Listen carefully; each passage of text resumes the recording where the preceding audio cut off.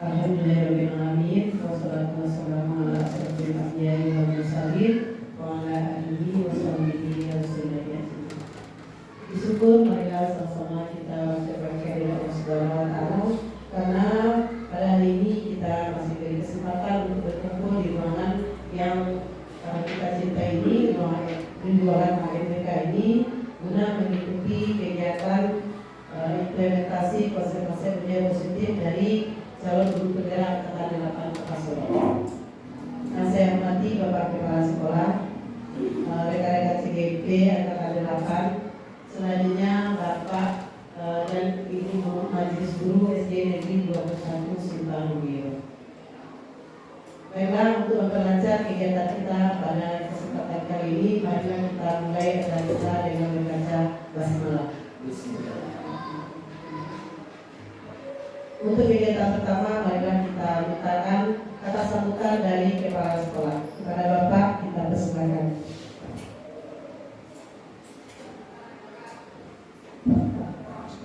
Terima kasih kepada Ibu Dewi. Bismillahirrahmanirrahim. Assalamualaikum warahmatullahi wabarakatuh. Waalaikumsalam warahmatullahi wabarakatuh. Pertama dan terutama sekali adalah kita menjadikan puji dan syukur kita kepada Allah Subhanahu wa taala yang mana atas limpahan rahmat dan karunia juga sehingga pada siang hari ini kita dapat berkumpul di ruangan yang berbahagia ini guna mendengarkan pembahasan budaya positif yang akan disampaikan oleh calon guru penggerak yang ada di sekolah kita ini. Mudah-mudahan acara kita ini dirahmati oleh Allah Subhanahu wa taala. Amin ya rabbal alamin. Salawat beriringan salam Kalau pula kita aturkan kepada junjungan besar kita yang Nabi besar Muhammad Sallallahu Alaihi Wasallam yang telah membawa manusia dari alam kegelapan kepada alam yang penuh dengan ilmu pengetahuan seperti yang kita rasakan pada saat ini. Ibu-ibu majelis guru yang sama-sama kita hormati, terusnya teristimewa kepada CGP kita angkatan 8 yaitunya Ibu Nurlela SPD dan Ibu Revina Sari SPD. Selamat, semoga dapat melaksanakan kegiatan dengan baik sehingga di ujung-ujungnya nanti mendapatkan hasil yang baik pula. Atas nama sekolah, atas nama pimpinan yang dikeluarkan serangka, kami sangat merespon kegiatan ini dengan harapan setelah menyampaikan budaya positif ini diharapkan kepada teman-teman yang lain, teman guru yang lain juga termotivasi untuk mengikuti kegiatan guru penggerak di angkatan berikutnya. Lagi selamat kepada Ibu Nur dan Ibu Rem, sukses selalu terutama dalam mengikuti kegiatan-kegiatan untuk mensukseskan kegiatan guru penggerak. Barangkali itu sambutan dari kepala sekolah. Sekali lagi terima kasih dan selamat bekerja, dan kepada teman-teman guru mari kita ikuti kegiatan ini dengan sepenuh hati. Demikian saja, billahi taufiq wal hidayah. Assalamualaikum warahmatullahi wabarakatuh.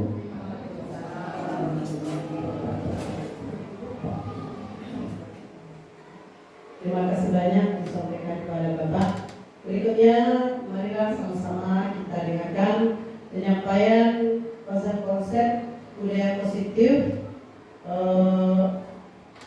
untuk memberi tugas sebagai guru penggerak, calon guru penggerak angkatan 8 Kota Solo. Untuk itu kepada Ibu Revina Sari SPD kami persilakan.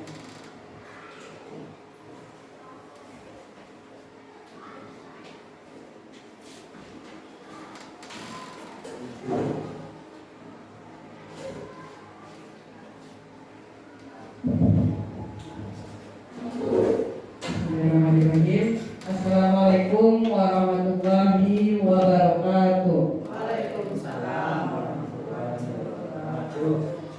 Baik, terima kasih kepada pembawa acara yang sudah memberikan kesempatan kepada saya pada hari ini untuk menyampaikan dan membagikan pemahaman dan pengalaman saya dalam mengimplementasikan konsep-konsep inti dalam model budaya positif di lingkungan sekolah.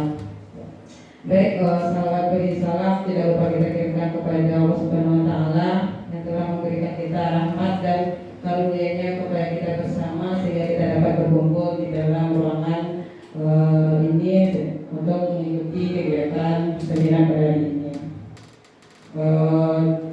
Selamat beri salam kita tunjukkan kepada Nabi besar kita Nabi Muhammad SAW yang telah memberikan kita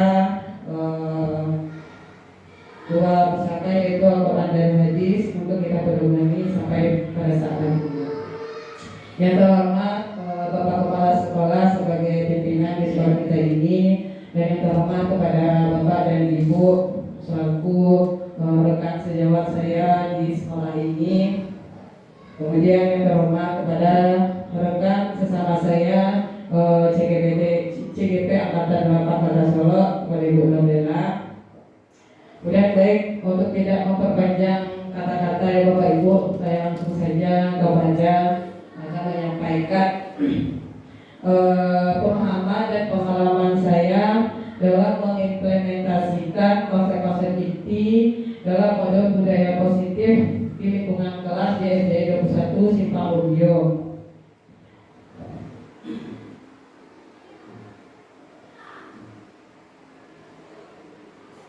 Baik, konsep-konsep inti pada budaya positif ini ada yang pertama yaitu tentang disiplin positif dan nilai-nilai kebajikan universal. Yang kedua, teori motivasi, hukuman, dan penghargaan restitusi. Yang ketiga, tentang keyakinan kelas. Yang keempat, kebutuhan dasar manusia dan dunia berkualitas. Yang kelima, restitusi 5 posisi kontrol. Dan yang keenam, restitusi segitiga restitusi.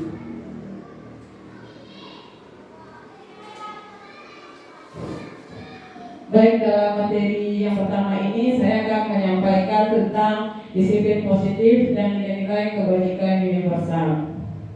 Yang pertama yaitu tentang teori kontrol. Menurut Dr. William Gardner, dalam kontrol teori yang kemudian berkembang dan dinamakan dengan Coase teori, meluruskan ada beberapa miskonsepsi tentang makna kontrol, yaitu dinamakan dalam ilusi. Yang pertama, ilusi guru mengontrol murid. Pada dasarnya kita tidak dapat memaksa murid untuk berbuat sesuatu jika murid itu tidak dapat memilih untuk tidak melakukannya. Jadi kita tidak bisa untuk memaksakan kehendak kita kepada siswa kita, Ibu. Kemudian yang kedua adalah ilusi bahwa orang dewasa memiliki hak untuk memaksa. Jadi kita beranggapan ada kita itu adalah ada hak untuk memaksa siswa kita itu berbuat yang kita inginkan. Banyak orang dewasa yang percaya bahwa mereka memiliki tanggung jawab untuk membuat murid-murid berbuat hal-hal tertentu. Jadi Dr. William Gardner ini meluruskan miskonsepsi yang tadi itu terkait makna kontrol. Yang pertama yaitu teori kontrol menyatakan bahwa semua perilaku memiliki tujuan, bahwa ada perilaku yang tidak disukai. Jadi ada tujuan yang tidak disukai. Yang kedua, penguatan positif atau bujukan adalah bentuk-bentuk kontrol. Kita selalu juga membujuk siswa kita itu untuk melakukan hal-hal yang kita inginkan, itu termasuk kontrol ya Bapak. Segala usaha untuk mempengaruhi murid agar mengulangi suatu perilaku tertentu adalah suatu usaha untuk mengontrol murid tersebut. Yang ketiga, bahwa perilaku memaksa tidak akan efektif untuk jangka panjang, Ibu. Jadi kalau kita paksa anak kita itu untuk melakukan hal yang kita inginkan, tidak akan efektif dilakukan untuk jangka panjang. Dan sebuah hubungan permusuhan akan terbentuk ketika kita akan melakukan pemaksaan tersebut. Jadi pada dasarnya kita tidak dapat memaksa murid kita untuk berbuat sesuatu jika murid tersebut memiliki untuk tidak melakukannya. Jadi kita tidak akan bisa memaksa murid kita itu untuk melakukan yang kita kehendaki kalau murid kita itu tidak bersedia untuk melakukannya.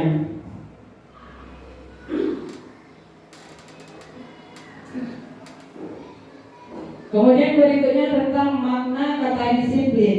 Makna dari kata disiplin menurut Diane menyatakan bahwa arti disiplin itu adalah berasal dari kata dari bahasa Latin yaitu disiplina, yang artinya adalah belajar.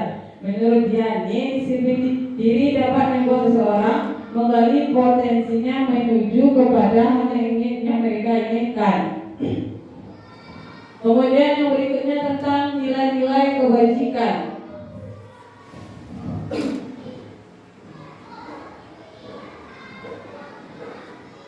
Nilai-nilai kebajikan ini adalah sifat-sifat positif manusia yang merupakan tujuan mulia yang ingin dicapai setiap individunya. Menurut Diane, mengungkapkan bahwa dengan mengaitkan nilai-nilai kebajikan yang diyakini seseorang, maka motivasi intrinsiknya akan terbangun sehingga menggerakkan motivasi dari dalam untuk dapat melakukan yang mereka inginkan.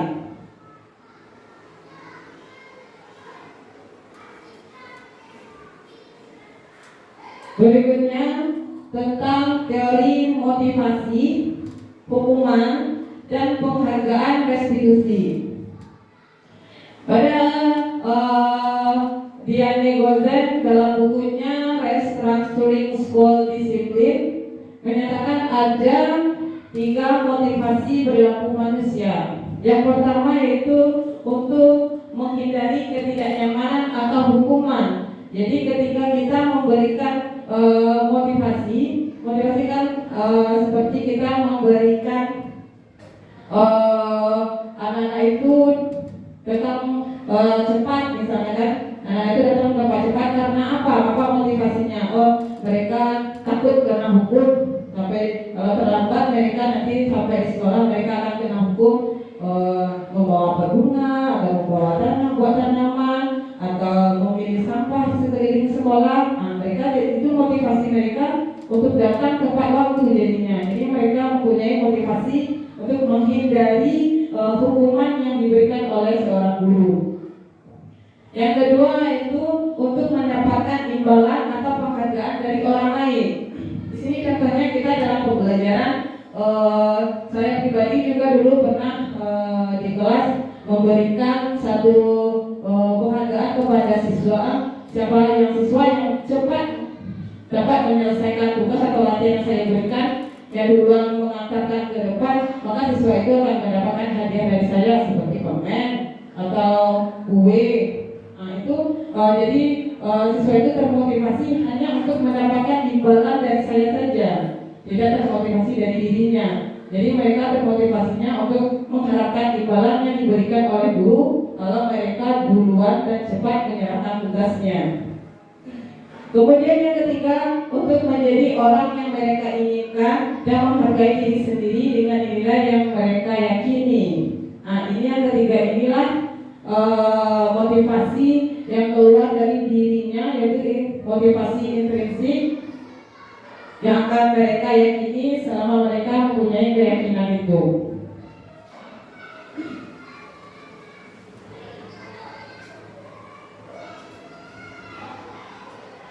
Berikutnya adalah tentang hukuman, konsekuensi, dan restitusi. Di sini hukuman adalah bersifat tidak terencana atau tiba-tiba. Anak atau murid tidak tahu apa yang akan terjadi dan tidak dilibatkan. Hukuman bersifat satu arah dari pihak guru yang memberikan, dan murid hanya menerima suatu hukuman tanpa melalui suatu kesepakatan. Itu namanya hukuman, Ibu. Jadi secara tiba-tiba saja, contohnya saja ketika dalam proses pembelajaran anak ini susah diatur atau selalu ribut di dalam kelas, menjadi onar gitu. Nah jadi kamu silakan berdiri di depan. Nah itu termasuk ke dalam hukuman. Jadi dia disuruh berdiri di depan itu tanpa kita rencanakan terlebih dahulu, secara tiba-tiba saja. Kemudian yang kedua adalah konsekuensi. Konsekuensi ini sudah terencana Bapak Ibu. Jadi sudah disepakati antara guru dan murid dan sudah disetujui juga oleh guru ketika sebelum melakukan proses pembelajaran. Umumnya bentuk-bentuk konsekuensi adalah dibuat oleh pihak sekolah atau guru yang bersangkutan dan murid sudah mengetahui sebelum konsekuensi yang akan diterima. Jadi kalau ada anak-anak kita yang melanggar di saat dalam proses pembelajaran, maka konsekuensi ini akan dilakukan sesuai kesepakatan yang sudah diberikan, sudah diketahui oleh siswa dan gurunya. Kemudian yang ketiga ada namanya restitusi. Restitusi ini adalah proses menciptakan kondisi bagi murid untuk memperbaiki kesalahan mereka sehingga mereka bisa kembali pada kelompok mereka dengan karakter yang lebih kuat lagi.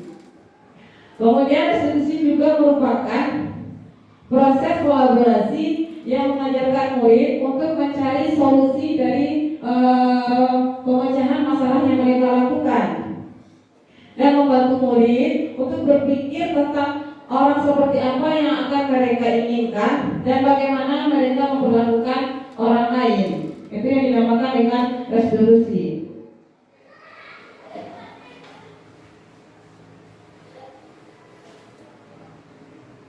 Di sini saya mempunyai satu situasi ya Bapak Ibu.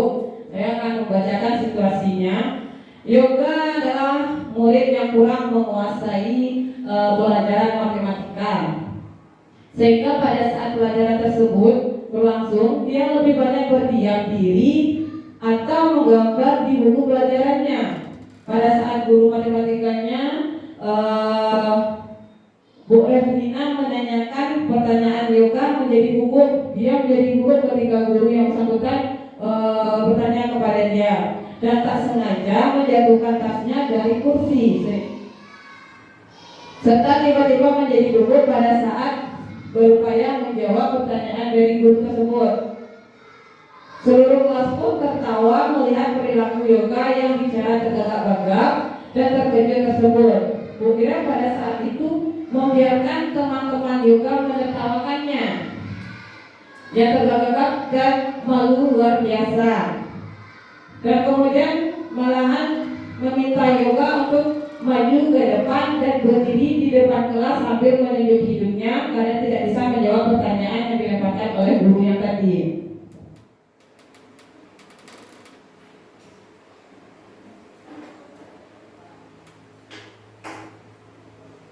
Kemudian ini ada situasi yang kedua.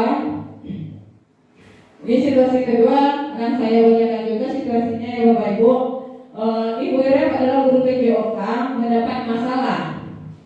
Murid-muridnya tidak bisa tertib berdiri antri di depan kelas dan selalu berebutan masuk ke dalam kelas setelah jam istirahat selesai. Ini tentunya sangat mengganggu proses pembelajaran di mana kelas tidak dapat mulai tepat waktu karena Ibu Ira sibuk menenangkan murid-muridnya untuk waktu yang cukup lama. Akhirnya Bu Ira berpikir cepat dan mengandalkan stiker bintang. Setiap murid-muridnya akan masuk kelas usai jam istirahat, Bu Ira akan mengiming-imingi murid-muridnya dengan stiker bintang. Siapa yang dapat berdiri lurus dan berbaris rapi antri di depan pintu dapat bintang dari Bu Ira. Sebagian besar murid-muridnya menyambut tantangan tersebut dan langsung berdiri rapi di depan pintu agar mendapatkan stiker bintang yang dijanjikan oleh ibu tadi. Hal ini terus dilakukan Bu Ira selama beberapa minggu karena cukup berhasil membuat murid-muridnya berdiri rapi antri di depan pintu sampai pada saat Bu Ira sakit dan terpaksa digantikan oleh Bu Ita. Bu Ita tidak mengetahui tentang stiker bintang ini dan benar juga pada saat mau masuk kelas usai jam istirahat murid-murid kembali berebutan masuk ke kelas. Itu untuk situasi yang kedua.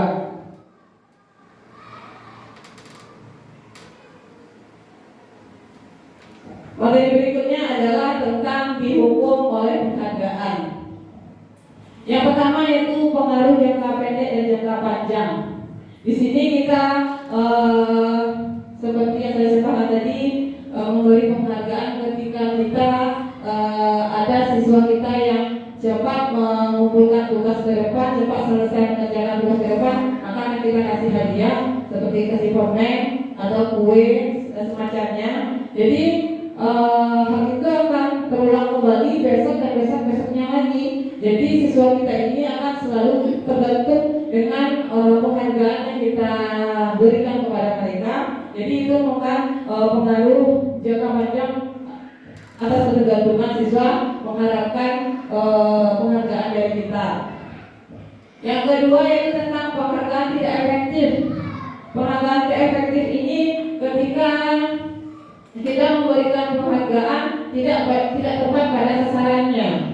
Makanya jadi tidak efektif untuk kita memberikan penghargaannya.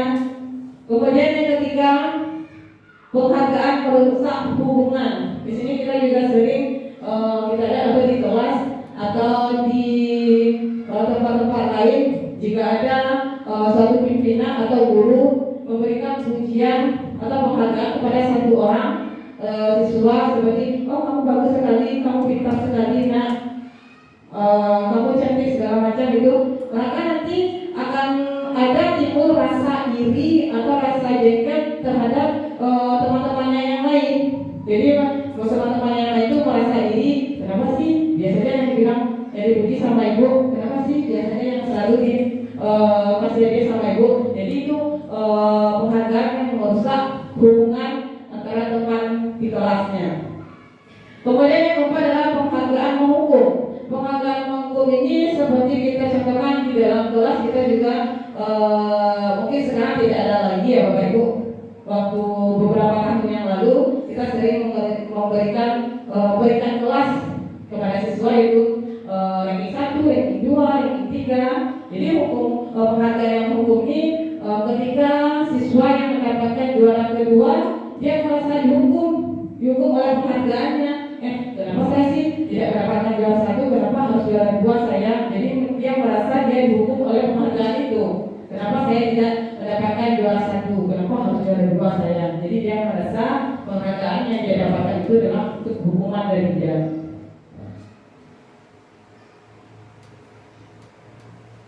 Kemudian materi berikutnya adalah tentang resolusi, sebuah pendekatan untuk menciptakan disiplin positif. Seperti yang saya jelaskan tadi, yaitu resolusi adalah proses menciptakan kondisi bagi murid untuk memperbaiki kesalahannya sehingga mereka bisa kembali pada kelompok mereka dengan karakter yang lebih kuat lagi. Resolusi merupakan proses kolaboratif yang mengajarkan murid untuk mencari solusi masalah dan membantu murid berpikir tentang orang seperti apa yang mereka inginkan dan bagaimana mereka memperlakukan orang lain di sekitar mereka. Resolusi juga membantu murid menjadi lebih memilih tujuan, disiplin positif, dan memulihkan dirinya setelah berbuat salah. Penekanannya bukan pada bagaimana berperilaku untuk menyenangkan orang lain atau menghindari ketidaknyamanan.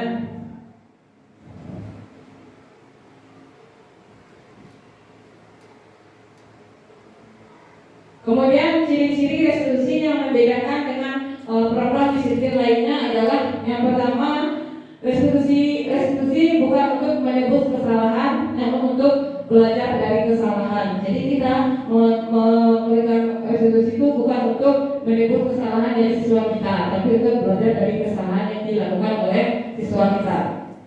Yang kedua yaitu tentang resolusi memperbaiki hubungan. Yang ketiga, resolusi adalah tawaran, bukan paksaan. Jadi kita memberikan tawaran atau pilihan kepada siswa kita untuk menyelesaikan masalahnya kemudian hari.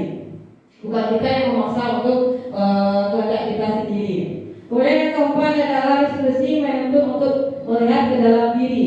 Yang kelima, resolusi mencari kebutuhan dasar mendasari tindakan. Yang keenam, resolusi diri adalah cara yang paling baik. Jadi kalau untuk menghukum mungkin sekarang sudah tidak lagi ya Bapak-Ibu, resolusi inilah yang cara yang paling baik untuk menyelesaikan suatu permasalahan yang terjadi pada siswa kita. Yang ketujuh adalah resolusi difokuskan pada karakter bukan tindakan. Jadi karakter siswa kita yang kita fokuskan pada diskusi ini. Yang kedelapan adalah diskusi menguatkan. Kesembilan adalah diskusi fokus pada solusi. Jadi kita akan memberikan pilihan menyelesaikan solusi dari permasalahan yang dihadapi oleh siswa kita. Gimana Bapak Ibu? Kita lanjut Bapak Ibu. Lanjut. Sebenarnya agak tegang ya Bapak Ibu. Agak sedikit tegang ya.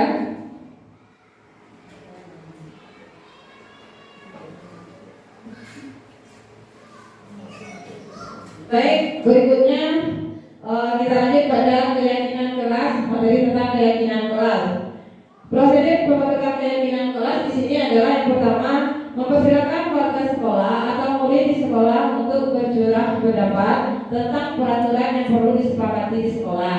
Jadi kita kasih kesempatan untuk murid kita memberikan pendapatnya tentang keyakinan yang akan mereka yakini. Kemudian yang kedua adalah mencatat semua masukan-masukan murid. Kita mencatat semua masukan murid, baik itu di catatan kita atau di buku harian. Kemudian yang ketiga adalah susunan keyakinan kelas sesuai prosedur pembentukan keyakinan kelas. Itu ganti kalimat-kalimat ini, kalimat-kalimat negatif menjadi kalimat-kalimat positif. Kalau anak kita kan sering berpendapat, contohnya apa keyakinan kelas kita nak? Tidak boleh sampai Bu, tidak boleh pelan Bu, tidak boleh buang sampah sembarangan Bu, tidak boleh mengganggu teman Bu, tidak boleh membuli teman. Nah itu kata-kata yang sering kita dengar dari siswa kita. Kata-kata tidak boleh, dilarang. Jadi kata-kata yang negatif itu kita ubah ke kalimat positif. Seperti contohnya tidak boleh buang sampah Bu. Jadi kalimat positifnya keyakinannya adalah membuang sampah pada tempatnya. Itu adalah kalimat positifnya. Kalau tidak boleh membuli teman Bu, kita ubah kalimat positifnya itu saling menghargai teman. Tidak boleh mengganggu Bu, sama itu adalah saling menghargai teman. Kemudian tidak boleh berkata-kata kasar Bu, berkata-kata jorok. Nah, kita ubah lagi ke kalimat negatif yaitu bertutur bahasa dan berperilaku baik dan sopan. Baik, yang berikutnya adalah tinjau kembali daftar curah pendapat yang sudah dicetak. Tadi kan sudah kita kumpulkan dari curahan batinnya anak-anak. Kemudian kita tinjau kembali. Yang kelima, tinjau ulang keyakinan kelas secara bersama-sama. Setelah kita lihat, kita tinjau bersama siswa kita. Kemudian baru setelah keyakinan itu selesai kita buat, kita sepakati secara bersama dengan siswa kita. Setelah apakah siswa kita sepakat atau tidak, nanti mana yang anak kita sepakati itu yang akan kita masukkan ke dalam keyakinan kelas.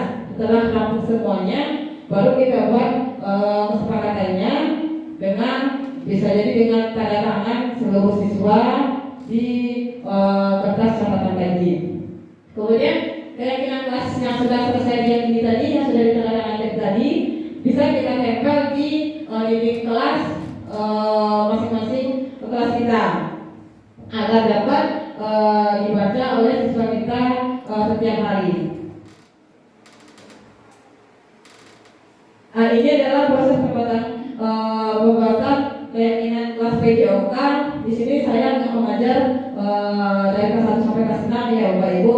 Jadi saya hanya mengambil satu kelas saja untuk saya presentasikan pada hari ini. Ini adalah proses saya membuat keyakinan kelas. Yang pertama saya meminta siswa untuk mengeluarkan pendapatnya tentang keyakinannya dan menuliskannya di papan tulis. Kemudian saya ubah kalimat negatif dari siswa itu menjadi kalimat positif dan meminta kepada siswa untuk menuliskannya di papan tulis. Setelah rampung semuanya, baru saya sepakati dengan murid, dengan siswa saya apa itu keyakinan yang telah mereka buat. Itu adalah contoh dari keyakinan yang saya buat di salah satu kelas yang saya ajar.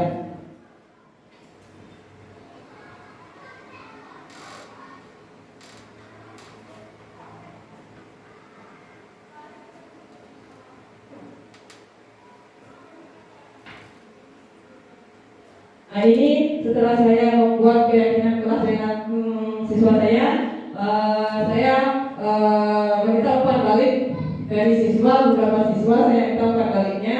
Kemudian saya juga sedang melakukan restitusi kepada siswa yang melanggar keyakinan kelas itu, sudah saya minta juga umpan baliknya. Ini salah satu dari umpan balik dari peserta didik yang saya ajar. Ini umpan balik dari siswa tentang keyakinan kelas.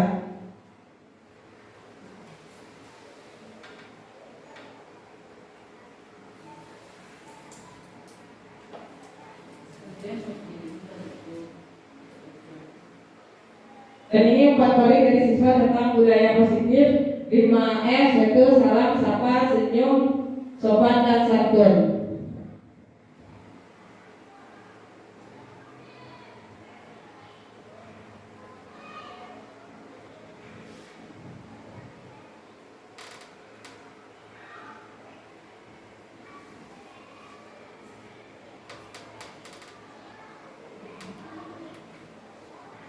Jadi ini adalah penampilan tentang budaya positif saya lakukan di kelas 4 tentang budaya positif 5S. Kemudian ini adalah umpan balik dari siswa tentang hukuman, bahwa siswa ini melanggar keyakinan kelasnya, tidak memakai baju seragam olahraga, jadi dia takut dihukum katanya.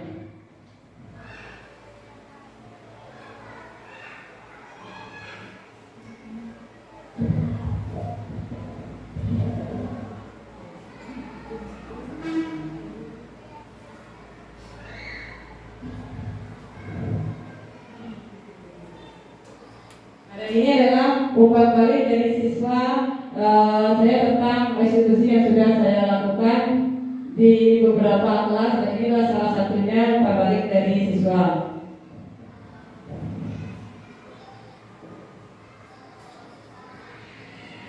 Nah, baik Bapak Ibu, hanya itu penyampaian materi dari saya. Kita lanjut dari sesi tanya jawab. Jika ada Bapak Ibu yang ingin bertanya atau kurang paham dengan yang saya sampaikan tadi.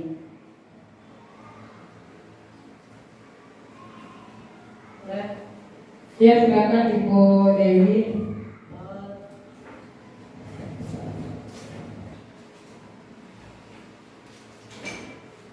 Terima kasih ya atas kesempatan yang diberikan. Tadi saya melihat situasi Sabtu kalau tidak salah tadi Bu ya, tentang anak yang bernama Yoga.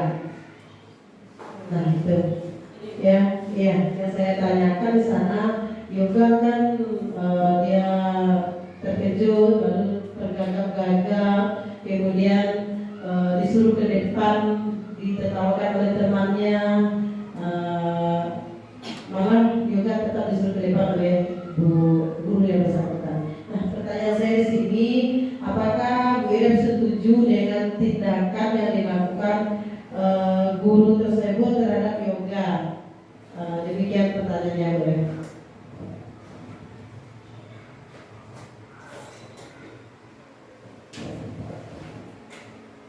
Baik, terima kasih Ibu Dewi atas pertanyaannya. Pada situasi satu ini, Yoga ini tergagap-gagap dan terkejut dari ketika dipanggil oleh guru yang bersangkutan, ya Bu ya. Di sini saya kurang setuju dengan tindakan yang dilakukan oleh guru yang bersangkutan. Karena kenapa? Saya rasa itu guru bersangkutan sangat tidak sewajarnya melakukan hal seperti itu, menyuruh Yoga untuk berdiri langsung ke depan, karena kesepakatannya tidak ada, atau itu menurut saya itu telah guru tersebut memberi hukuman kepada Yoga.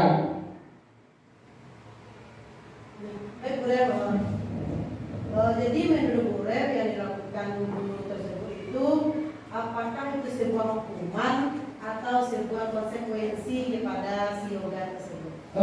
Baik, di sini sudah saya jelaskan tadi bahwa yang dilakukan guru itu adalah semacam hukuman, bukan konsekuensi. Karena kalau konsekuensi, tujuannya sebelumnya kita sudah menyepakati dengan siswa apa yang akan kita lakukan jika siswa ini melanggar yang sudah kita sepakati. Kalau ibu yang bersangkutan tadi terhadap BK itu dia memberikan hukuman karena secara tiba-tiba saja, secara mendadak, tidak ada direncanakan terlebih dahulu. Benar Ibu? Sama-sama Ibu. Baik, ada lagi pertanyaan dari Ibu atau Bapak yang lain? Ya, silakan Ibu Hilda. Oh, tidak usah. Jadi pada situasi 2 tentang memotivasi, kira-kira apa memotivasi Ibu terhadap murid-murid pada situasi KFK 1-2 tadi untuk bisa berbaris antri sebelum masuk ke dalam kelas? Akan Ibu silakan bermuat diulang lagi pertanyaannya Ibu. Pada situasi 2 ini kan tentang memotivasi. Iya Ibu. Kira-kira apa motivasi murid-murid pada situasi ini untuk bisa berbaris antri sebelum masuk ke dalam kelas? Oh, motivasi muridnya ya Bu ya. Di sini tadi saya sudah menjelaskan ada 3 motivasi. Nah, ini Bu. Nah, sudah Diana Gozen menyatakan ada 3 motivasi perilaku manusia. Kemudian dari situasi yang kedua tadi, motivasi yang dilakukan oleh anak-anak itu adalah yang kedua Ibu. Yang kedua itu tentang untuk mendapatkan imbalan atau penghargaan dari orang lain. Itu motivasi yang dilakukan oleh siswa, mengharapkan imbalan yang diberikan oleh guru yang bersangkutan yang memberikan dari bintang ya kalau anak itu bisa berbaris dengan rapi. Boleh Bu? Jika begitu, apakah ada cara lain agar murid-murid ini bersedia antri di depan kelas tanpa diberikan penghargaan bintang tersebut? Oh. Cara yang lainnya tanpa ada penghargaan atau hadiah ya Bu ya. Ada Ibu, contohnya kita memberikan atau semangatnya kita sebelum kita memulai pembelajaran atau proses pembelajaran kita membuat suatu keyakinan kelas atau kesepakatan dengan siswa kita. Maka setelah kita membuat suatu keyakinan kelas bahwa setelah anak itu kalau ada anak itu melanggar, maka dia akan meyakini, oh saya melanggar keyakinan kelas saya, oh saya begini. Maka jadi dia mencari solusinya sendiri. Apa yang solusinya diinginkan, maka tumbuhlah motivasi dari diri dia sendiri. Tidak ada dia mengharapkan lagi motivasi dari gurunya. Tidak ada, kalau kita memberikan contohnya untuk berbaris tadi sebelum kita belajar, anak ibu keyakinan kelas kita yaitu hadir tepat waktu, masuk ke dalam kelas dan berbaris rapi, tertib sesuai dengan yang kita yakini. Kalau kita sudah meyakini keyakinan kelas seperti itu, maka siswa kita akan mengingat tentang keyakinan itu sendiri. Maka dia akan timbul diri dia sendiri untuk meyakini bahwa dia harus masuk ke dalam kelas itu secara tertib dan antri untuk masuk. Jadi tumbuhlah motivasi intrinsik namanya Bu. Intrinsik itu adalah motivasi dari diri dia sendiri, dari dalam diri dia sendiri, bukan dari gurunya tadi lagi. Tapi kalau dari guru itu adalah motivasi eksternal namanya. Jadi dia tidak akan mengharapkan imbalan atau penghargaan dari gurunya lagi. Dia akan termotivasi dari diri dia sendiri. Benar Bu? Baik. Sama-sama Ibu.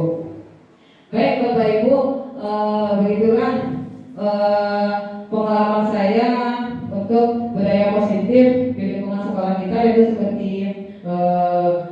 penghargaan dan hukuman, resolusi dan keyakinan yang sudah saya implementasikan di sekolah kita ini. Semoga nanti Bapak Ibu yang lainnya juga bisa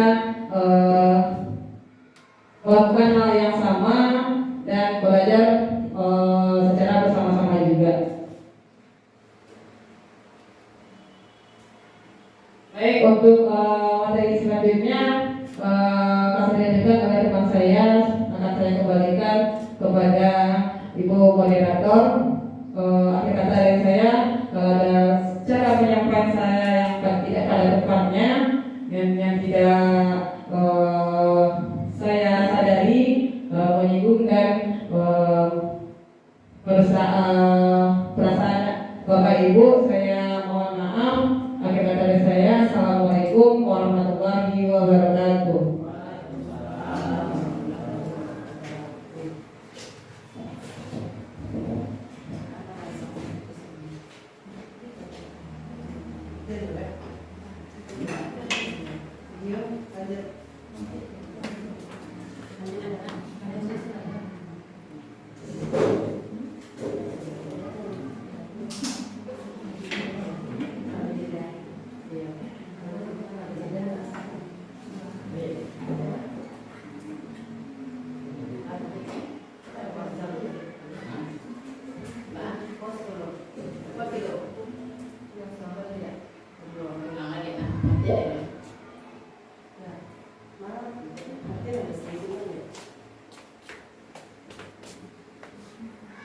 Baiklah Bapak dan Ibu sekalian, selanjutnya marilah kita dengarkan pemaparan implementasi budaya positif yang akan disampaikan oleh CGP Angkatan 8 Kota Solo, yaitu Ibu Nurlela SPDI. Kepada Ibu Nurlela kami persilakan.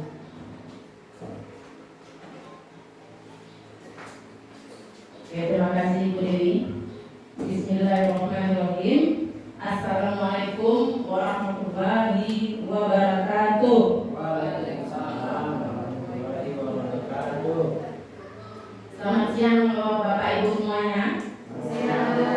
Masih semangat? Semangat. Boleh saya tes semangatnya pada siang hari ini? Boleh. Coba, mana semangatmu? Ini semangatku. Belum semangat dong Bapak Ibu. Mana semangatmu? Ini semangatku. Bagus, belajar jempol untuk Bapak dan Ibu ya. Oke. Puji syukur kehadirat Allah Subhanahu wa taala yang telah melimpahkan rahmat dan karunia-Nya sehingga kita bisa berkumpul di ruangan sekolah kita ini ya. Kemudian setelah berserta salam, tidak bosan-bosannya juga kita sampaikan kepada Nabi besar kita, yakni Nabi Muhammad sallallahu alaihi wasallam. Allahumma shalli ala sayyidina Muhammad wa ala ali sayyidina Muhammad. Yang saya hormati Bapak Kepala Sekolah SDN 21 Simpang Rumio. Kemudian yang saya hormati Bapak dan Ibu Majelis Guru SDN 21 Simpang Rumio.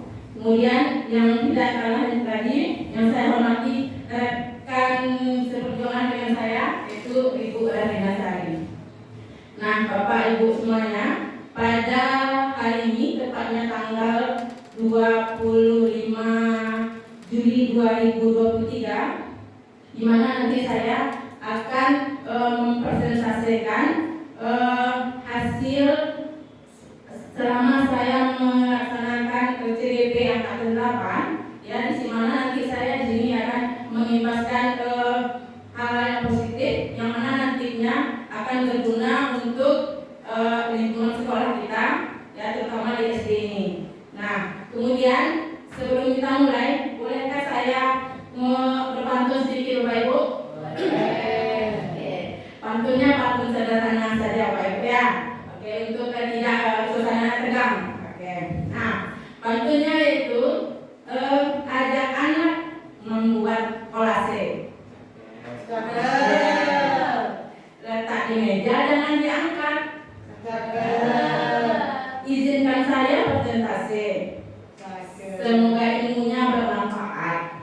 Oke, tepuk tangan aja Bapak Ibu. Oke, nah sekarang saya akan melanjutkan dari apa yang telah dipresentasikan dengan baik oleh rekan sejawat saya. Nah, sebelumnya di sini kita akan penyimpanan budaya positif ya Bapak Ibu ya. Nah, di sini sebelum mulai saya akan memperkenalkan seorang fasilitator saya yang sangat hebat sekali ya, dimana setiap saya mengadakan call, Bapak inilah yang selalu memberikan ilmunya sangat banyak, sangat bermanfaat sekali bagi saya. Nama Bapak itu adalah Bapak Rolando Taswaid ya. Bapak ini berasal dari Sumatera Utara ya. Bapak ini adalah seorang kepala sekolah dan ditunjuk sebagai fasilitator. Kebetulan saya adalah ini adalah fasilitator saya. Kemudian selain Bapak itu, saya juga dipimpin oleh atau dibimbing oleh seorang yang mana nama ibu itu adalah Ibu Nana Mesralita SPD. Ya, beliau juga banyak membimbing saya dalam kegiatan CGP Angkatan 8 ini. Ya, kemudian Bapak Ibu, yang berikutnya kenal Bapak Ibu? Apa kenal Bapak Ibu? Ini adalah saya sendiri. Yang mana di sini saya adalah kebetulan berkesempatan untuk ikut CGP Angkatan 8. Ya, kepada rekan-rekan guru yang lain yang bisa berkesempatan lagi, luar biasa kesempatannya untuk CGP berikutnya. Ya, ini hanya kebetulan saya berkesempatan saja ini ya. Kalau teman-teman lain mungkin harus lagi berjuang untuk bisa ikut CGP. Nah, berikutnya, di sini saya nanti akan tentang kebutuhan dasar manusia. Ya, Pak Ibu ya. Yang mana di sini kebutuhan dasar manusia ini di sini nanti ada 5 Bapak Ibu. Kebutuhan dasar itu adalah kebutuhan yang harus kita miliki sebagai manusia. Ya Bapak Ibu ya. Nah, apa saja itu Bapak Ibu kebutuhannya? Kita lihat ya Bapak Ibu yang pertama. Yang pertama yaitu kebutuhan bertahan hidup. Ya, itu bertahan hidup. Kemudian kebutuhan yang kedua adalah penguasaan. Nah, itu adalah penguasaan. Sedangkan kebutuhan yang ketiga adalah kasih sayang dan diterima. Nah, kita lanjut Bapak Ibu.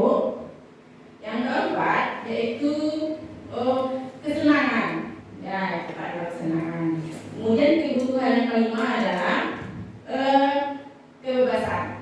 Nah, itu ada 5 kebutuhan dasar manusia yang harus kita penuhi, yang harus ada dalam diri kita, dalam kehidupan kita.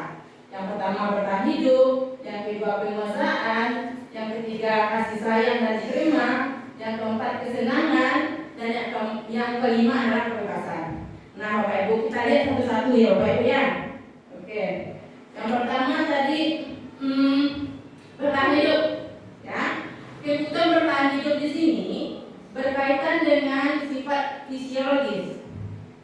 Di antaranya makan, tempat untuk berlindung, beristirahat, keamanan, kesehatan dan lain-lain. Nah, ini adalah yang pertama Bapak Ibu dasarnya. Nah, kebutuhan dasar ini ya misalnya kita makan kan kebutuhan pokok ya Pak Ibu ya, makan, tempat tinggal, kemudian untuk istirahat, kesehatan, keamanan. Itu adalah yang pertama tentang bertahan hidup. Nah, kita lanjut yang kedua Bapak Ibu. Nah, yang kedua adalah kasih sayang dan diterima. Oke, jadi berkaitan dengan fisiologis juga ya Bapak Ibu. Kasih sayang merasa diterima oleh orang lain memiliki peran penting dalam membangun interaksi dengan lingkungan sekitar. Hal ini mengidentifikasikan kebutuhan akan berhubungan dengan relasi sosial, keluarga, sahabat, teman, kemudian kelompok. Kebutuhan ini melibatkan ketulusan dan kehangatan di dalamnya. Jadi Bapak Ibu, contohnya di sini kita sebagai guru SD, ya kita sebagai guru SD, tentu setiap hari kita berkecimpung atau bertemu dengan anak-anak kita. Betul nggak Bapak Ibu? Betul Bapak Ibu? Nah, di dalam itu, dalam kasih sayang dan diterima ini, kita sebagai seorang guru tentunya memberikan kasih sayang kepada anak didik kita. Ya, bagaimana mereka itu merasakan disayangi oleh guru. Nah, kemudian bagaimana mereka merasa diterima di sekolah ini. Nah, jadi diterima dia di sekolah, diterima oleh lingkungan sekitar di sekolah ini, dan dia mendapatkan kasih sayang.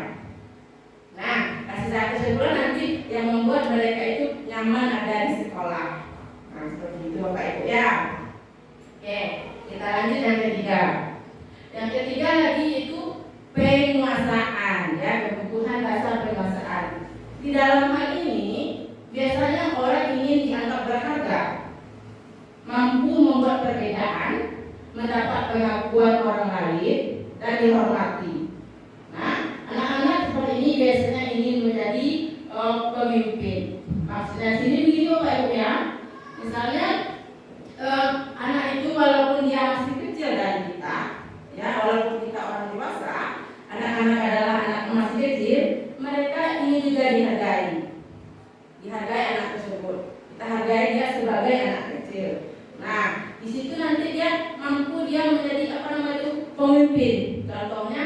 contoh kecilnya menjadi pemimpin di kelas misalnya, atau pas mau belajar disuruh menjadi kelas, kan dia merasa dihargai.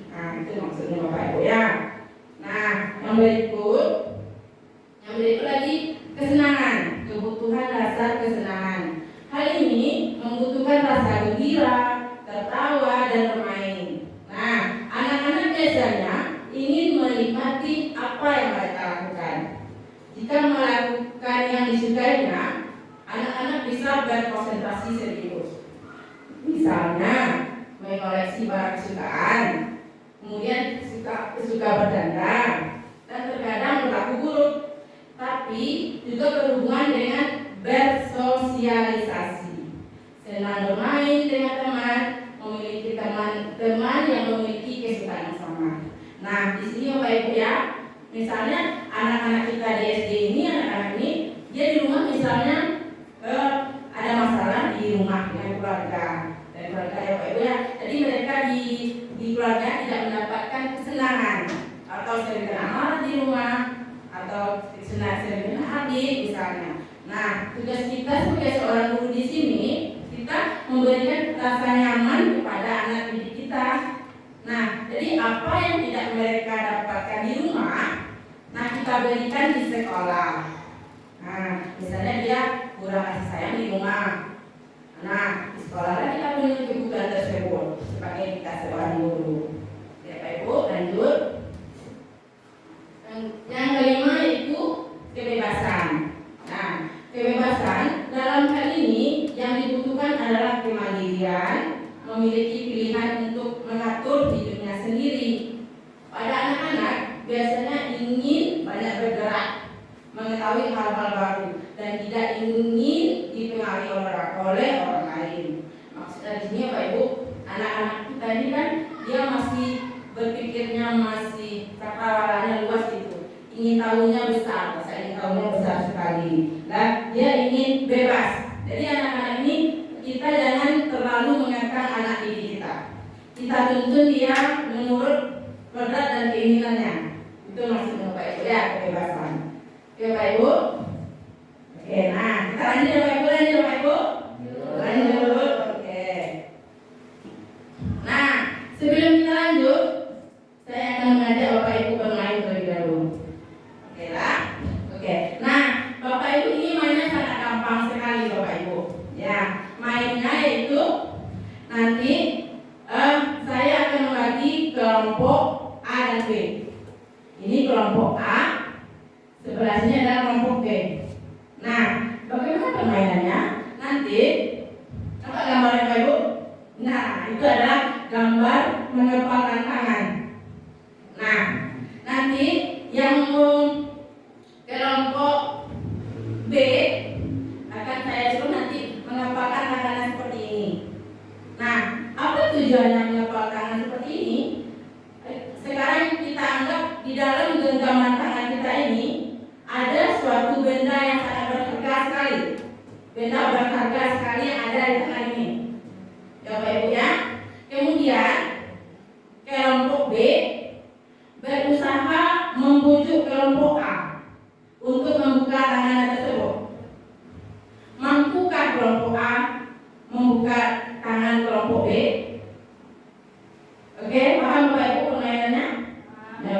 Oke, sekarang kita perhatikan. Sekarang kelompok B buat kepalan tinju dan kelompok A membujuk kelompok B untuk membuka tinjunya. Silakan, saya kasih waktu 30 detik. Boleh, oke. Ada kata boleh juga. Membukanya boleh dengan bujukan sampai mereka mau.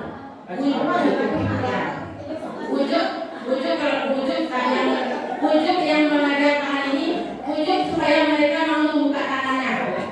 Ayo siapa yang berhasil membuka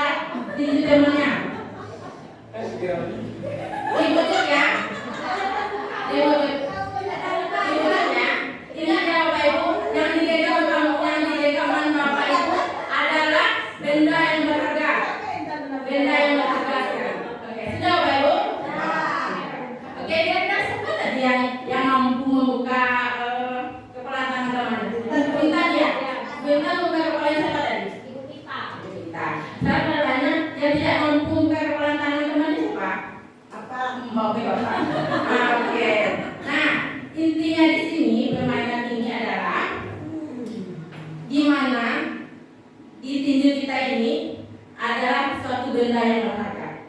Seandainya mampu dibuka oleh orang lain, berarti seorang guru belum mampu mengontrol dirinya sendiri. Iya, karena nilai mengontrol diri sendiri adalah pada diri kita sendiri.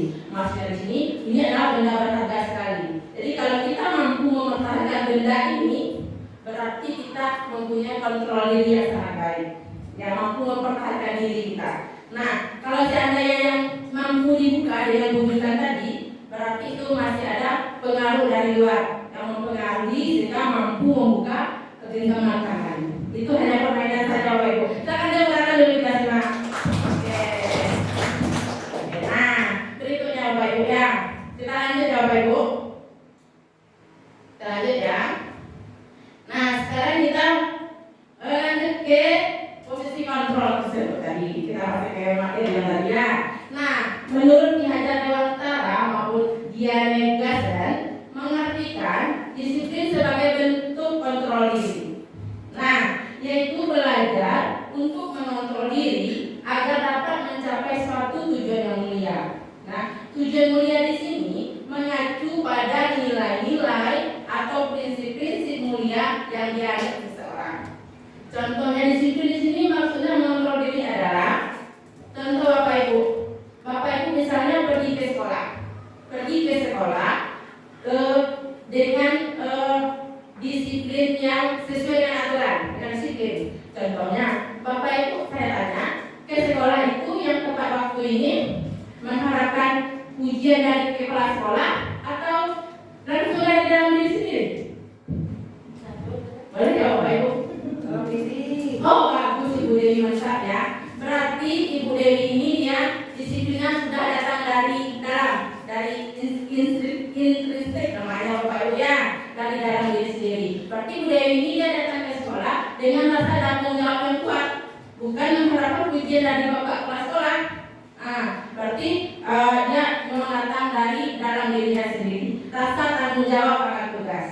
Nah, jadi kalau datang ke sekolah tepat waktu mengharapkan pujian dari bapak kepala sekolah, berarti itu dari eksternal namanya, dari luar, belum dari dalam diri sendiri.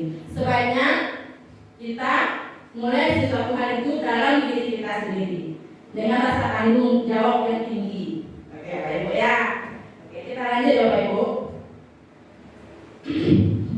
Nah, posisi kontrol itu ada 5 Bapak Ibu. Nah, yang pertama yaitu posisi kontrolnya penghukum. Nah, maksudnya posisi kontrol di sini adalah kita sebagai seorang guru ya memiliki 5 posisi kontrol ya. Yang 5 tersebut nanti bagaimana cara kita menghadapi anak. Nah, bagaimana cara kita menghadapi anak selama proses pembelajaran langsung. Nah, guru itu ada berapa posisinya? Ada 5 posisi kita ya Bapak Ibu ya. Nah, yang pertama itu penghukum Bapak Ibu. Nah, seorang penghukum bisa menggunakan hukuman fisik maupun verbal. Guru-guru menerapkan posisi penghukum akan berkata, jadi kalau kita sebagai seorang guru, kalau kita posisinya sebagai penghukum, kita akan menghadapi anak dengan menggunakan kata-kata seperti ini. Kita hukum anak-anak kita. Patuhi aturan saya ya, patuhi aturan ibu, awas kalau tidak tahu. Nah, kemudian kamu selalu salah saja. Kemudian selalu kamu lagi. Nah, kita menghadapi anak seperti itu. Nah, hal demikian ya, sebagai seorang guru ini yang suara nada yang tinggi, bahasa tubuh atau melontot kepada peserta didik kita, jadi menunjuk-nunjuk atau menghadik. Nah, hal ini kalau kita sebagai guru ya, ini sangat tidak sesuai dengan kita ya Bapak Ibu ya. Nah, kemudian kalau hal ini kita lakukan kepada peserta didik kita, kemungkinan murid akan marah pada kita. Ya, kemudian murid akan mendendam kepada kita. Atau melampiaskan kayak hal-hal lain. Contohnya, misalnya kalau dia dendam sama kita, misalkan mobil kita, ban motor kita diodorin, kan ada kasus-kasus kita dengar Bapak Ibu ya. Nah,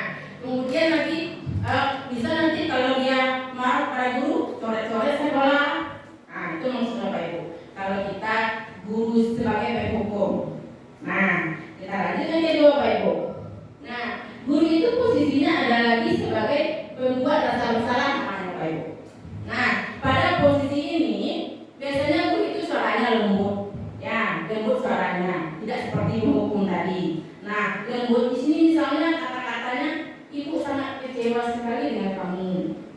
Atau gimana coba kalau orang tuamu kamu begini? Ya, di suara di sini lembut.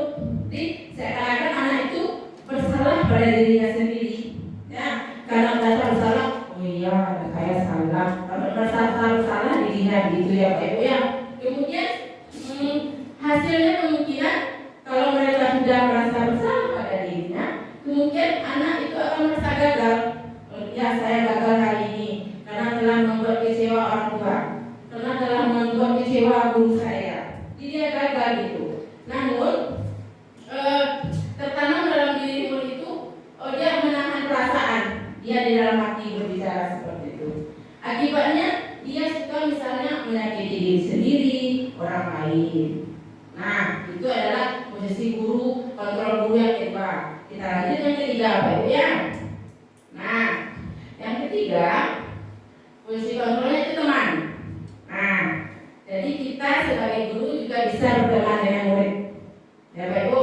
Nah, kita berteman dengan murid, ya, kita tidak menyakiti murid, ya, kita akan berusaha mengontrol murid. Kemudian di sini kita menganggap murid itu teman. Ayo bantulah ibu, demi ibu ya, bantu ibu.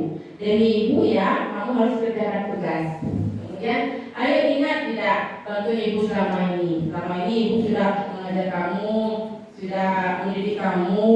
Nah, itu contoh kata-katanya ya Pak Ibu ya. Nah, kalau pada posisi teman ini, ya, nada suara kita kayak siswa kita ramah. Nah, ramah, akrab, kemudian bercanda, ya, kemudian bisa merapatkan atau memegang anak. Nah, seperti itu sebagai teman. Anggap kita anak itu adalah teman kita. Nah, pada posisi teman ini, murid akan merasa senang dan akrab dengan guru. Akrab dengan guru. Kemudian, hal ini juga ada negatifnya Bapak Ibu. Nah, siswa tersebut akan tergantung pada guru. Jadi seandainya di kelas kita memposisikan siswa kita sebagai teman, nah, nanti jika ada kita tidak hadir, nah digantikan oleh guru lain, sedangkan guru lain itu tidak bisa memposisikan dirinya sebagai teman pada siswa tersebut, tentu dia tidak akan mau melakukan apa yang diperintah oleh guru lain tersebut.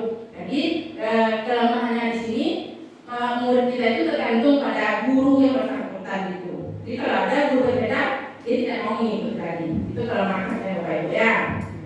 Nah, berikut lagi. Ini posisi kontrol yang ketiga. Kita lihat yang keempat ya Bapak Ibu ya. Nah, pemantau. Nah, pada posisi pemantau ini berarti mengawasi. Ya, kita mengawasi. Saat mengawasi, kita bertanggung jawab atas perilaku anak didik yang kita awasi. Nah, kemudian pada posisi pemantau ini peraturannya sudah ada sanksi-sanksi Bapak Ibu. Contoh begini Bapak Ibu ya, apa yang telah kamu lakukan misalnya anak didik kita membuat satu kesalahan. Nah, satu kesalahan. Nah, kemudian kita tanya, kamu tahu tidak konsekuensinya apa? Kalau kamu melakukan kesalahan itu, apa konsekuensinya? Ya kan? Nah, itu maksudnya pemantau. Jadi di sini sudah ada konsekuensinya atas kesalahan yang mereka buat. Nah, itu maksudnya pemantau di sini.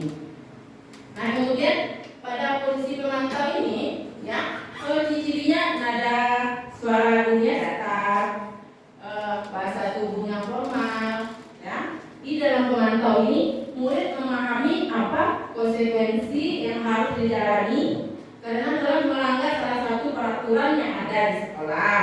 Ya, mereka sudah tahu apa konsekuensinya. Nah, namun di sini murid tetap tidak nyaman Bapak Ibu. Walaupun murid kita telah diberi kesalahan berupa sanksi, tapi sebenarnya murid itu tidak nyaman dengan konsekuensi yang kita berikan. Dia tidak nyaman sebenarnya ya. Itu berarti mereka tidak nyaman itu melaksanakan konsekuensi yang telah disepakati. Berarti walaupun siswa kita telah diberi konsekuensi, mereka merasa tidak nyaman sebenarnya anak didik kita. Nah, itu Bapak Ibu sebagai pemantau. Nah, kita lanjut yang kelima ya Bapak Ibu ya. Mahasiswa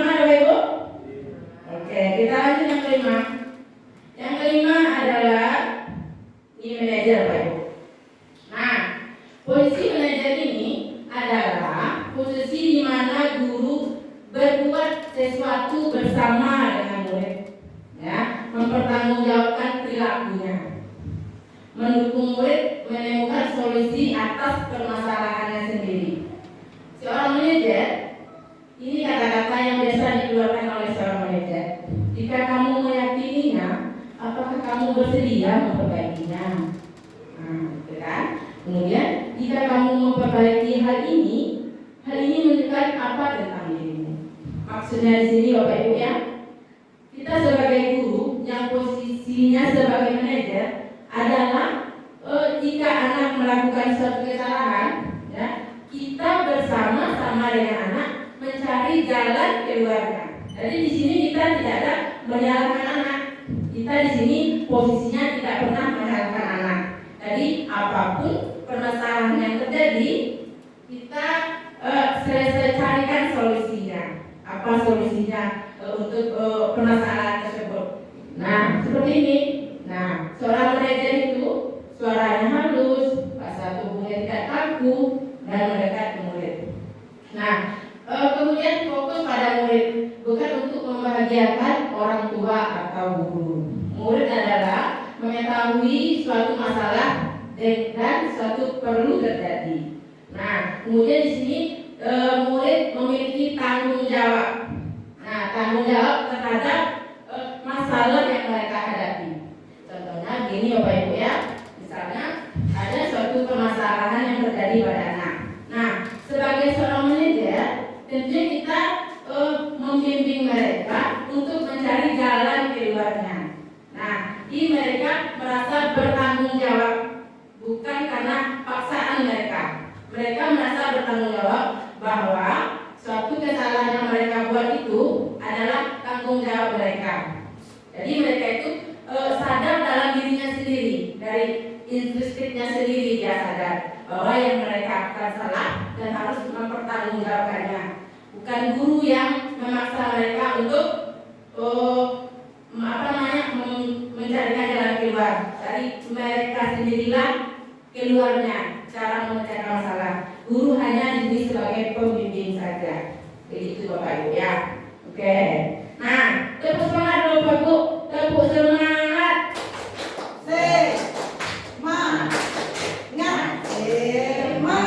Oke, terima kasih Bapak Ibu. Nah, oke kita lanjut Bapak Ibu ya. Ini masih ada satu lagi Bapak Ibu. Nah, oke. Nah, sekarang kita masuk kepada segitiga restitusi ya Bapak Ibu ya. Nah, apa itu segitiga restitusi itu ya Bapak Ibu ya. Oke ya, kita lihat. Nah, beginilah Bapak Ibu contohnya segitiga restitusi tersebut. Pada bagian atas itu ada menstabilkan identitas. Kemudian yang kedua, validasi tindakan yang salah. Yang ketiga, menanyakan keyakinan. Nah, Bapak Ibu, kita lihat satu-satu dulu Bapak Ibu ya. Kita lihat itu pertama, menstabilkan identitas. Nah, apa maksudnya di sini? Nah, ini adalah bagian dasar dari segitiga bertujuan mengubah identitas anak, ya, dari orang yang gagal karena melakukan kesalahan. Nah, di sini kalimat-kalimat yang kita gunakan adalah, contohnya, kita stabilkan anak itu terlebih dahulu. Berbuat salah itu tidak apa-apa. Jadi di sini tidak ada manusia yang sempurna. Oke. Nah, di sini dalam menstabilkan identitas, kita tentu menanyakan ke anak tanpa menyalahkan anak terlebih dahulu. Nah, ini adalah salah satu foto ketika saya melakukan segitiga restitusi di sekolah ini. Ya, yang saya ambil beberapa waktu yang lalu. Nah, lanjut Bapak Ibu ya. Nah, kemudian kita masuk pada validasi tindakan yang salah. Nah, pada validasi tindakan yang salah akan mengubah teori stimulus respon ke cara berpikir proaktif yang mengenali tujuan dari setiap tindakan. Nah, kadang-kadang kita tidak suka anak yang merengek, tapi bila sikap kita mendapatkan perhatian kita, maka itulah memenuhi kebutuhan anak tersebut. Nah, sekarang apa contohnya kalimat untuk validasi tindakan yang salah tersebut? Ya contohnya begini, ya. Padahal kamu bisa melakukan hal lebih buruk dari ini. Kamu pasti punya alasan mengapa melakukan hal ini. Kemudian kamu boleh mempertahankan sikap itu, tapi kamu harus menambahkan sikap yang baru. Nah, pada validasi tindakan salah ini kita nanti akan menanyakan ke murid apa itu alasan mereka tidak mengerjakan tugas. Nah, apa alasannya, apa sebabnya? Kita validasi dulu tindakannya, karena langsung kita salahkan anak tersebut. Ya Bapak Ibu ya. Nah, lanjut yang ketiga. Yang ketiga yaitu tentang menanyakan keyakinan. Nah, apa di sini menanyakan keyakinan tersebut? Nah, teori kontrol yang ketiga ini siap dihubungkan dengan nilai-nilai yang dia percaya dan berpindah menjadi orang yang diinginkan. Ya, pertanyaannya dapat berupa, misalnya kita tanya keyakinan anak tersebut. Apa yang kita cari percaya sebagai kelas atau keluarga? Apa nilai-nilai umum yang telah kita sepakati? Kemudian apa bayangan kita tentang kelas yang ideal? Kemudian kamu mau jadi orang seperti apa? Nah, pada keyakinan ini kita menanyakan apa kesepakatan yang telah kita buat. Apa tujuan kesepakatan tersebut? Bolehkah kita melanggar kesepakatan tersebut yang telah kita buat? Itu tidak ya Bapak Ibu ya. Nah, begitulah cara kita menyelesaikan suatu permasalahan dengan anak-anak kita. Jadi kita sebagai seorang guru jangan langsung memarahi anak, ya, jangan langsung menghakimi anak. Jadi kita tidak boleh langsung mengejar anak itu salah. Jadi hal yang perlu kita lakukan adalah kita laksanakan segitiga diskusi terlebih dahulu. Ya, kita tanya apa kita stabilkan anak terlebih dahulu. Kita identitasnya dilaksanakan. Kemudian kita tanyakan keyakinan anak tersebut. Nah, Bapak Ibu. Nah, oke, ini adalah contoh. Nah, ini adalah contoh kasus ya Bapak Ibu ya. Contoh kasus ya yang saya ambil adalah ini kasusnya Ruri adalah siswa yang rajin. Hari ini buku PR-nya tidak ditemukan saat guru memasukkan nilai. Nah, setelah ditanyakan, ternyata dia tidak membuat PR. Alasannya karena adiknya sedang dirawat di rumah sakit, sehingga tidak ada yang menemaninya mengerjakan PR. Nah, ini adalah contoh kasus Ruri. Nah, kasus ini kita selesaikan dengan segitiga diskusi. Yang pertama, kita tanyakan dulu, kita stabilkan anak dulu, apa yang terjadi pada anak tersebut. Kemudian kita validasi tindakan terlebih dahulu. Nah, yang ketiga, kita buat suatu keyakinan apakah yang dilakukannya melanggar keyakinan atau tidak.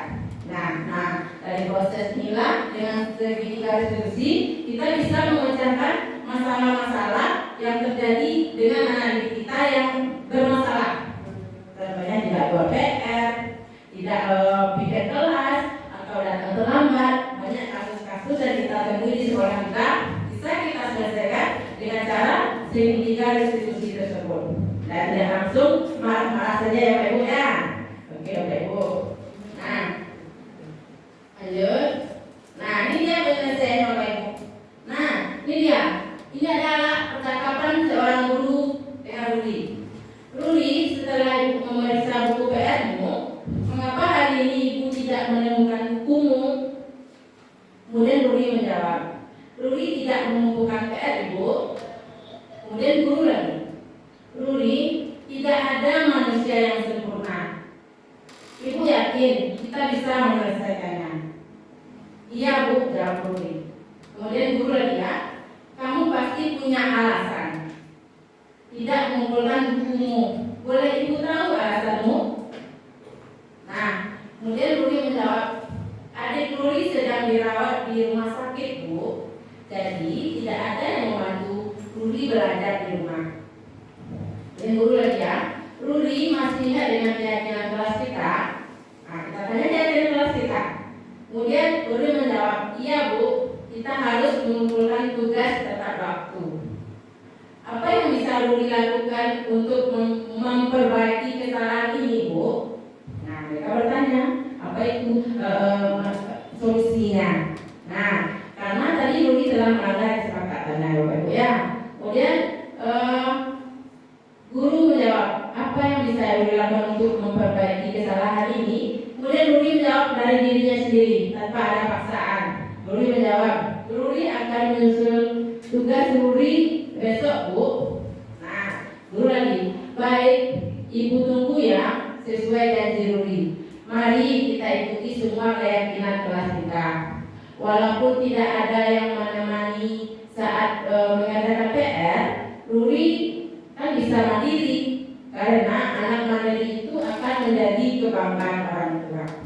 Nah, berdasarkan kasus yang Ruri tadi, beginilah salah satu contoh penyelesaiannya Bapak Ibu. Kita tanya, kita awali dengan menstabilkan identitas, kemudian validasi tindakan, kemudian kita meyakinkan keyakinan kelas kita tadi. Nah, Bapak Ibu, oke Bapak Ibu ya. Nah, terima kasih, salam dan bahagia. Oke.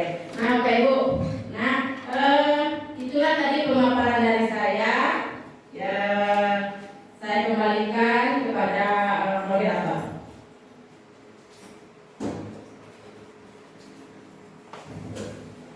Terima kasih kepada Ibu Pendeta yang telah menyampaikan, telah merefleksi kepada kita bagaimana cara melaksanakan budaya positif di sekolah kita. Baiklah Bapak dan Ibu sekalian, jika kita buka berikutnya sesi tanya jawab. Jika ada yang mau bertanya, kami persilakan. Ya, kita silakan Bu.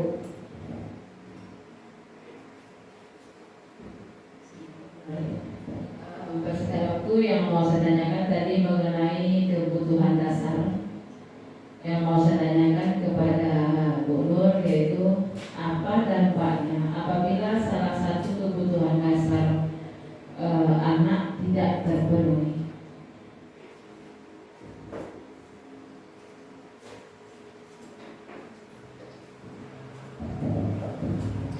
Oke, terima kasih Ibu Gita pertanyaannya. Pertanyaan yang super sekali. Oke, tadi pertanyaannya bagaimana ya kira-kira 5 kebutuhan dasar tersebut jika salah satunya tidak terpenuhi. Nah, di sini Bu Gita, apabila 5 kebutuhan dasar tadi tidak terpenuhi, maka akan terjadi sesuatu kekurangan Ibu Gita. Ya, kekurangan di mana tidak lengkap namanya, tidak lengkap kebutuhan dasar tersebut karena tadi ada 5 Ibu Gita ya. Jadi kalau tidak lengkap, contohnya di sini misalnya anak-anak tadi saya contohkan, misalnya di rumah dia tidak mendapatkan kasih sayang misalnya Bu Gita ya, kemudian kita lengkapi di rumah, di sekolah gitu. Nah, sehingga apa yang tidak lengkap itu kita berikan di sekolah, sehingga nanti kebutuhan dasar yang 5 itu bisa kita penuhi, sehingga segala sesuatu itu berjalan dengan sesuai dengan aturannya bisa. Terima kasih. Lanjut Bapak Ibu, apa masih ada yang mau bertanya? Oke, dipersilakan kepada Ibu Z. Terima kasih. Tadi mohon saja. Tadi Ibu Nur tadi telah menjelaskan tentang posisi kontrol. Ada 5 posisi kontrol yang dijelaskan. Hukum, salah, teman, pemantau, sama manajer. Nah, dari 5 posisi kontrol ini mana yang paling terbaik kita terapkan dalam proses belajar mengajar? Oke, terima kasih Ibu Z. Langsung saya jawab saja. Ya, pertanyaan yang super sekali ya Bu Z ya. Nah, di sini Bu Z menanyakan posisi kontrol itu tadi ada 5. Nah, ada tadi posisinya sebagai pendukung, pemantau, sebagai teman, ya Nah, dari kelima tadi, manakah posisi yang terbaik, yang paling baik kita laksanakan sebagai seorang guru? Nah, dari 5 posisi tersebut, posisi manajerlah yang terbaik. Mengapa mereka terbaik manajer ini? Dimana di sini sebagai seorang guru, ya, kita tidak ada di sini kalimatnya menyalahkan anak. Kita di sini menuntut anak untuk menyadari sendiri apa kesalahannya, kesalahan yang mereka buat. Kemudian mereka mempertanggungjawabkan kesalahannya tersebut. Nah, jadi berasal dari dalam dirinya sendiri. Jadi guru di sini dia sebagai pembimbing saja lagi. Nah, kalau kita sebagai seorang guru, posisi manajer inilah yang harus kita terapkan di kelas kita masing-masing. Begitu Ibu Zada. Oke, masih ada Bapak Ibu? Oke, ada. Oke, kalau tidak ada, sesi presentasi ini saya tutup kembali, ya. Begitulah penyampaian saya tadi, materi yang saya sampaikan. Apabila ada kesalahan dalam penyampaian dalam pemberian materi, saya mohon maaf. Saya akhiri dengan wabillahi taufiq wal hidayah. Assalamualaikum warahmatullahi wabarakatuh. Waalaikumsalam. Terima kasih kita sampaikan kepada Ibu Nurlila yang telah menyampaikan pemaparannya di hadapan kita semua. Dengan berakhirnya materi yang disampaikan oleh Bu Nurlila dan Bu Inasari, berakhir pula acara kita pada kesempatan kali ini. Sebagai protokol, jika ada kesalahan saya mohon maaf. Billahi taufiq wal hidayah. Assalamualaikum warahmatullahi wabarakatuh. Waalaikumsalam warahmatullahi wabarakatuh. Menurut saya, keyakinan kelas yang kami buat bersama Bu Reh sangat bagus sekali karena dapat menumbuhkan motivasi dari diri kami sendiri untuk meningkatkan kedisiplinan kami dan rasa tanggung jawab yang tinggi. Terima kasih Bu Reh. Bagaimana perasaan Arik setelah menyelesaikan masalah tadi dengan Ibu? Awalnya saya takut Bu, karena takut dimarahi oleh Bu Ref karena Arik tidak memakai seragam olahraga. Tapi setelah ditanya oleh Bu Ref, Arik menjadi lega karena Bu Ref tidak memarahkan Arik dan menyelesaikan masalah ini dengan baik. Baiklah, terima kasih Bu atas arahannya yang sudah diberikan dan tidak dimarahi.